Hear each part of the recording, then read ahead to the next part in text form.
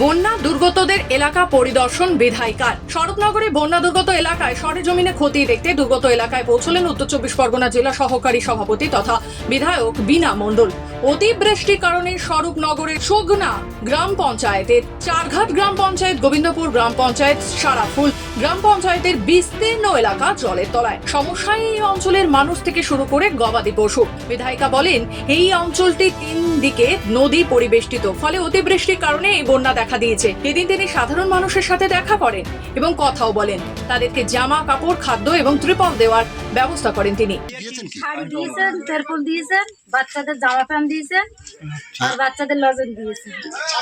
কতদিন ধরে এই অবস্থায় আছেন, দুর্গত অবস্থায়? আমরা মাসখানি এরকম অবস্থায় আছি।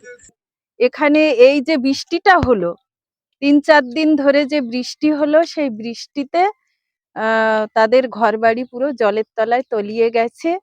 আমরা পুরো টিম এখানে, আমাদের পঞ্চায়েত সমিতির সহসভাপতি আছে, প্রধান আছে, গ্রাম পঞ্চায়েতের সাহেব আছেন। আমরা সমস্ত টিম আজকের এখানে এসে পরিদর্শন করলাম এবং দেখলাম যে তারা পুরো তারপলিনের তলায় পুরো গরু ছাগল নিয়ে এখানেই তারা বসবাস করছে। আমরা তাদের হাতে কিছু ত্রাণও তুলে দিলাম, ত্রিপল দিলাম, শাড়ি, জামা কাপড়। এইভাবেই আমরা তাদেরকে সাহায্যের হাত বাড়িয়ে দিচ্ছি যাতে কোনো রকম সমস্যা না হয়। উত্তর চব্বিশ পরগনা থেকে মানস চৌধুরী রিপোর্ট, খবর বাংলা।